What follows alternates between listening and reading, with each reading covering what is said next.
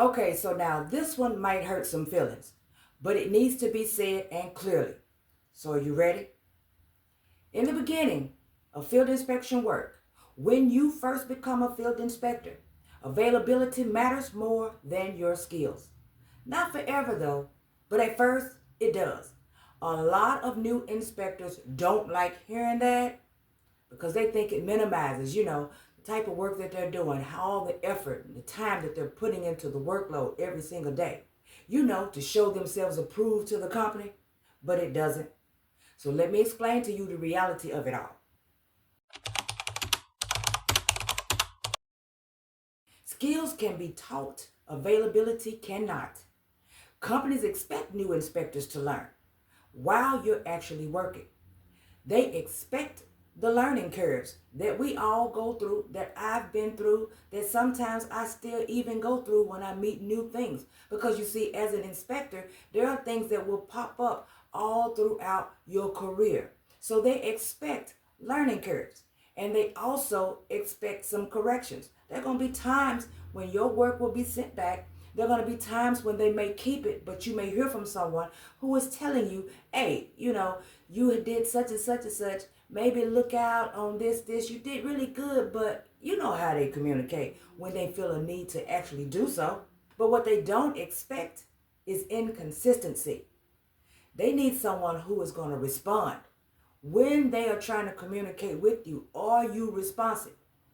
They want people who are able to accept assignments, be able to show up when they need you to actually show up. That's what they want.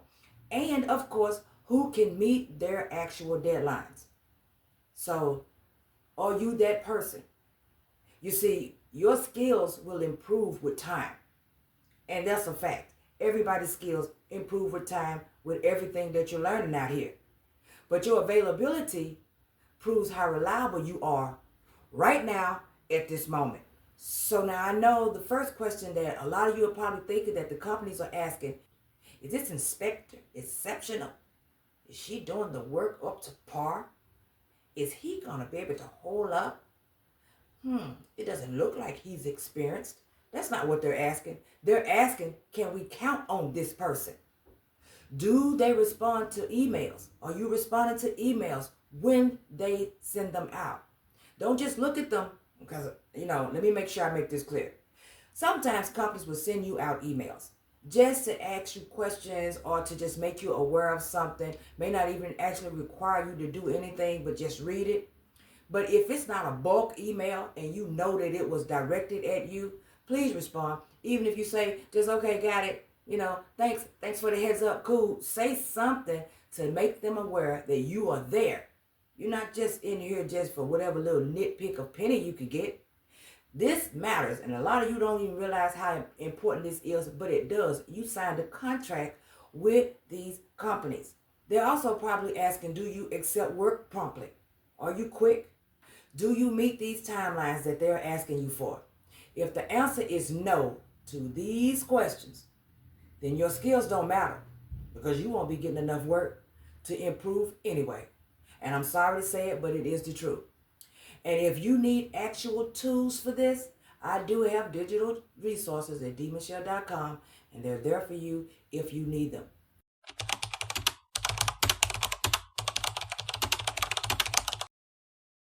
Availability isn't about saying yes to everything, okay? So let me just make that clear, because I know a lot of you are probably thinking, no, I thought we didn't have to do that. No, you don't.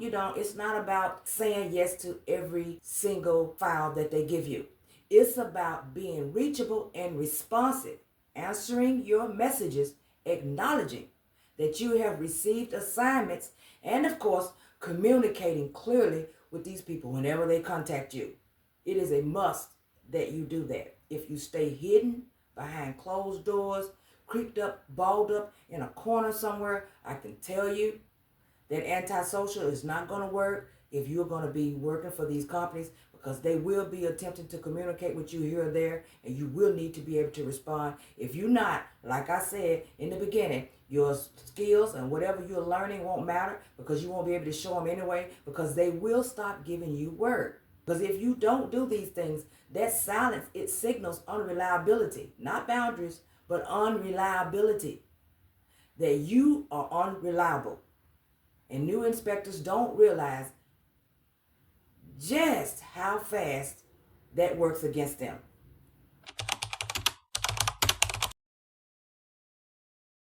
Okay, so now I'm about to tell you one that I'm pretty sure you didn't know. Companies build habits around who's there. The assignment coordinators, okay, we're all familiar with those. Those who actually give you assignments. They are human. You know those people. The ones who load your work, okay? So they remember who respond quickly, who completes the work smoothly, and those especially who don't create extra steps for them in the end. And they don't have time to chase people. So what they do is they default to whoever is available. That means that if you are nowhere near where you need to be when they're trying to contact you, or you see your emails, you're not responding, or they shoot you a text here or there and you're not responding, I respond later. You don't know, it could have been a batch load of inspections that they were about to give you, and you missed out on it because what? You were not responding. And now they went on to the next person. Somebody else accepted it. Because that's how the volume grows. It grows quickly that way. You show yourself available and you'll get more work. So that person who accepted that load of work that you were putting to the side because, you had something else to do. It's okay if you got something else to do because you are not working for them. You're providing a service. But at least respond because you don't know how much work you have possibly missed out on right at that moment and possibly in the future simply because you didn't respond. A skilled inspector who's hard to reach, they feel risky most of the time. Because let's be honest now, most seasoned inspectors can be harder to deal with than anybody. And this is most of the time, but it's not the case for new inspectors. You see, most new inspectors, they are anxious, they're excited to get started, they're ready for their next project, they're ready to go. So they respond quick. And the new inspectors who respond quickly, they feel more manageable to the actual company themselves than they even have to deal with some of the seasoned people. And that's the truth most people don't want to hear. Availability lowers that friction, between the company and the vendor, which is you. And businesses always choose lower friction first, and you can believe that. So if you are more responsive than someone who is highly skilled but don't never want to show up, trust me, you'll mess around and take their spot. That is for sure. So now this doesn't mean that you need to always stay on, so to speak, forever. Always right there, picking up everything, grabbing a hold to everything. That is not what I'm saying. It means that early on, that you're proving that you're dependable. You're proving that you will show up and that you will follow through. And once that trust is built, hey, then skills start to matter more. But in the beginning, not as much because they already know you're going to have hiccups. They already know they're going to have all of these issues that are coming back and forth here or there. But as long as you're learning, the whole tip of this is to learn from every single mistake. I'm talking about write them down. If you are not skilled in this and you have no idea what's happening and you're just trying to wing your way through when you first start, write down every mistake that you've done and every new tip that they've given you so that you don't make those mistakes constantly over and over again. And it shows that you're growing. You'll constantly receive work and they know that you're going to be there to show up and show out every single time. Okay? Once again, your skills will start to matter later on, but not right now. And you don't get to skip that trust phase. Not in the least bit.